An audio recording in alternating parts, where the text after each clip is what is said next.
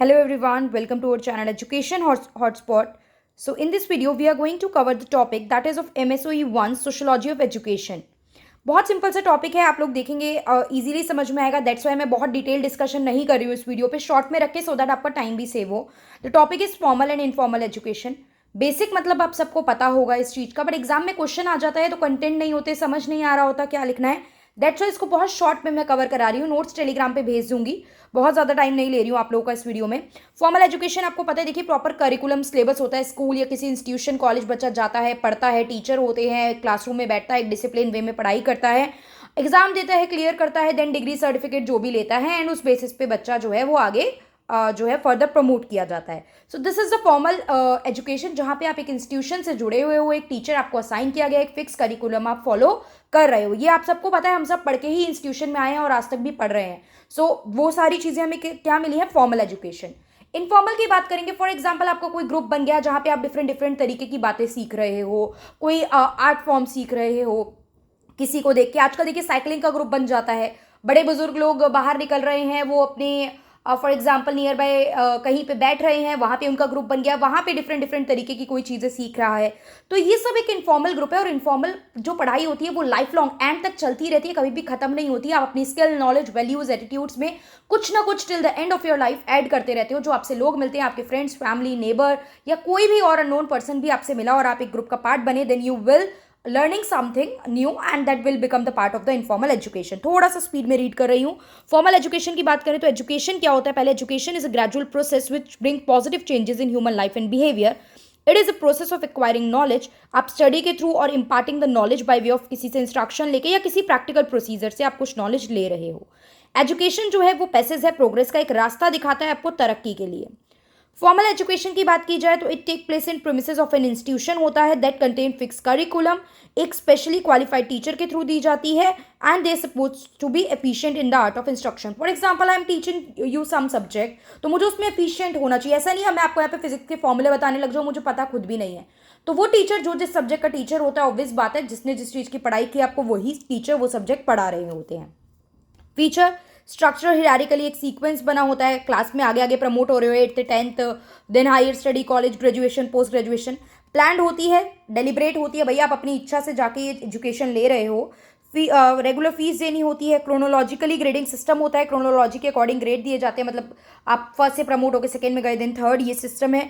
Fix syllabus जो है जो आपको फिक्स टाइम में कवर करना होता है. स्टूडेंट टीचर का रिलेशनशिप यहाँ पे एग्जिस्ट करता है. आपको पता होगा कि यहाँ पे आपको स्टूडेंट टीचर रिलेशनशिप देखने को मिलता है. फायदे क्या हैं, ट्रेन प्रोफेशनल टीचर से नॉलेज मिलती है. प्रॉपर आपके इंटरमीडिएट यानी FA और ऐसे होते हैं ना, फॉर्मेटिव असेसमेंट, समेटिव असेसमेंट वगैरह होते हैं आपके. सो दैट आपने कितना लर्न करा, कितना सीखा, ये सब कुछ आपको यहाँ पे फॉर्मल एजुकेशन में होता है. इंस्टीट्यूशन जो होते हैं वो मैनेजरियली एंड फिजिकली ऑर्गेनाइज होते हैं, प्रॉपर सिस्टम होता है उनका. अगर यहाँ से पढ़ के जाते हो जॉब आसानी से मिल जाती है, मतलब बोला जाता है ना डिग्री ली हुई है, बिना डिग्री के आपको नॉलेज भी हो तो भी आपको कोई नहीं पूछ रहा, बिकॉज पहला लेवल ही वो होता है कि मार्कशीट अटैच करो, तो एक जॉब आपको मिल जाती है. वो बिल्कुल सबसे बेसिक सोर्स है स्टडी गेन करने का, इसके अलावा तो और कोई सोर्स नहीं है. बेसिक सी यही चीज़ है कि आप किसी स्कूल वगैरह में जाके एनरोल कराते हो और सर्टिफिकेट, डिग्री, डिप्लोमा भी आपको यहाँ पे मिलता है. जल्दी पढ़ रही हूँ आई नो, बिकॉज इस वीडियो को लंबा रखने का कोई बेनिफिट नहीं है, बहुत सिंपल सा टॉपिक है. डिसएडवांटेजेस क्या हैं, कई बार अनप्रोफेशनल और नॉन स्टैंडर्ड एजुकेशन सिस्टम जो है उससे टाइम बहुत ज़्यादा वेस्ट हो जाता है, पैसा वेस्ट हो जाता है. इतने साल स्कूल एजुकेशन में लगाए और काम कुछ आया नहीं चीज़, तो वेस्टेज हो जाती है. कॉस्टली है और रिजिड सिस्टम है, चेंज करना मुश्किल हो जाता है. सिस्टम स्ट्रक्चर में देख रहे हो कितने टाइम से चीज़ें चेंज नहीं होती है, टेक्स्ट बुक में कोई बदलाव नहीं आता है, सिलेबस करिकुलम में कोई बदलाव नहीं है. ऑल दो 2020 में न्यू एजुकेशन पॉलिसी हमारी आ चुकी है, बट स्टिल इंप्लीमेंटेशन उसका अप टू द मार्क अभी नहीं हुआ है. ठीक है. जो स्टूडेंट है, ऑल स्टूडेंट सब तो सेम नहीं होते, तो कई बार एवरेज स्टूडेंट, टीचर बोलते हैं ना भाई तुम कुछ कर ही नहीं पाओगे, वो 2-4 स्टूडेंट जो टॉप कर रहे हैं वही नज़र में आ गए, बाकी student generally sometime demotivated feel कर सकते हैं इस चीज़ से. और आपकी जो नॉलेज है वो सिर्फ आप कितना याद रख पा रहे हो इस बेसिस पे देखी जा रही है. एक बच्चा अपने घर का काम संभाल रहा है, बाजार से सामान लेके आ रहा है, हिसाब किताब कर रहा है, बड़ों का ध्यान रख रहा है, काफ़ी कुछ वो जिम्मेदारी ले रहा है एक छोटा सा बच्चा. लेकिन वो क्योंकि ये याद नहीं कर रख पाया कि बैटल ऑफ पानीपत किस किस के बीच में हुई थी, उनका ईयर क्या था, वहां से आप डिसाइड कर रहे हो कि वो बच्चा एक अच्छा स्टूडेंट नहीं है. ठीक है, तो ये सारी चीज़ें हैं यहाँ पे. इनफॉर्मल की बात करते हैं तो इनफॉर्मल एक लाइफ लॉन्ग लर्निंग प्रोसेस है जिसमें आप ताउम्र सीखते हो, whereby each individual acquire आप attitude, value, skill, knowledge for the educational influence. आप देखो, आप जैसे 10 साल पहले थे क्या वैसे आज हो. सारी चीज़ें क्या आपने स्कूल में सीखी हैं, how to speak, how to behave, ये सारी चीज़ें क्या हम स्कूल से सीख रहे हैं। सम टाइम आप आज की डेट में भी अपने छोटे भाई बहनों, नेबर, किसी से भी इंटरेक्ट करते हो, सम टाइम हम उनसे भी कुछ अच्छी चीज़ें सीखते हैं।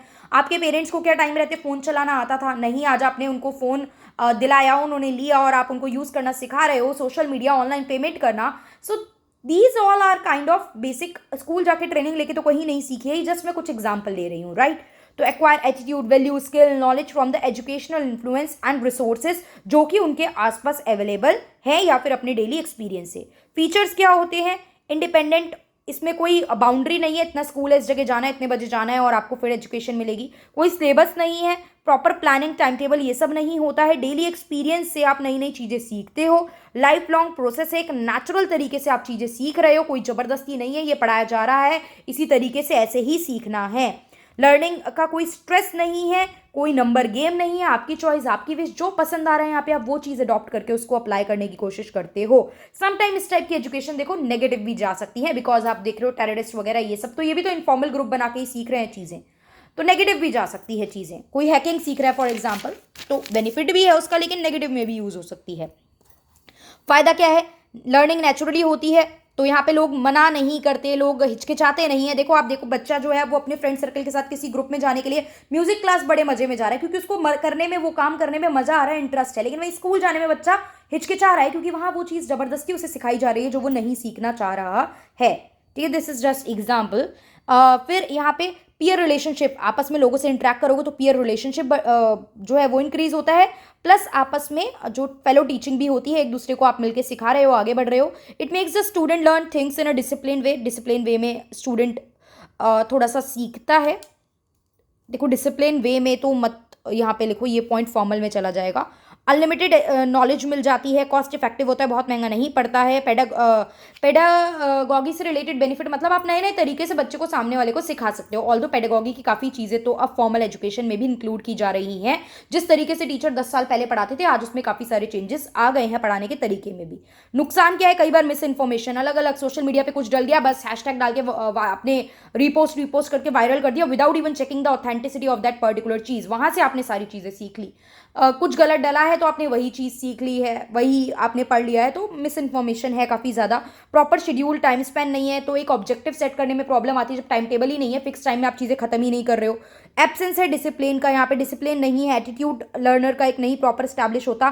प्लस रिजल्ट हाईली अनप्रिडिक्टेबल होते हैं, we can not predict the accurate और exact result in this. Okay, जल्दी समझाया है, इसके नोट शेयर कर दूंगी, नोट से पढ़ के आप लोग इजीली से समझ सकते हो, माइंड में रख सकते हो। This is the formal and informal education. बाकी दूसरी वीडियो पे और डिटेल में हम बात करेंगे, जो टॉपिक थोड़े से डिफिकल्ट टू अंडरस्टैंड होंगे। So that's all for this video, thank you for watching.